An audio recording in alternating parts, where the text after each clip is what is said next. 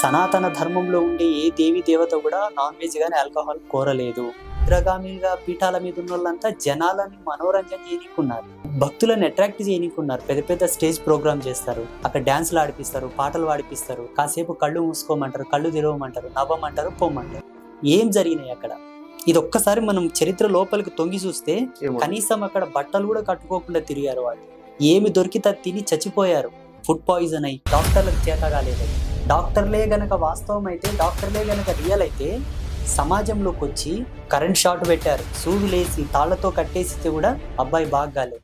Pawan Kalyan deputy CM అవుతాడు, రేవంత్ రెడ్డి గెలుస్తాడు. మీరు 1 year బ్యాక్ ప్రెడిక్ట్ చేస్తారు. అయ్యా మాకు ఇది అవసరం, మేము రాజకీయంగా నిలబడ్డాము, మేము గెలవాలి, మా కోసం ఏదైనా ఒక తాంత్రిక పూజ చేయండి. తాంత్రిక పూజలు తొందరగా ఫలితాలు ఇస్తాయి.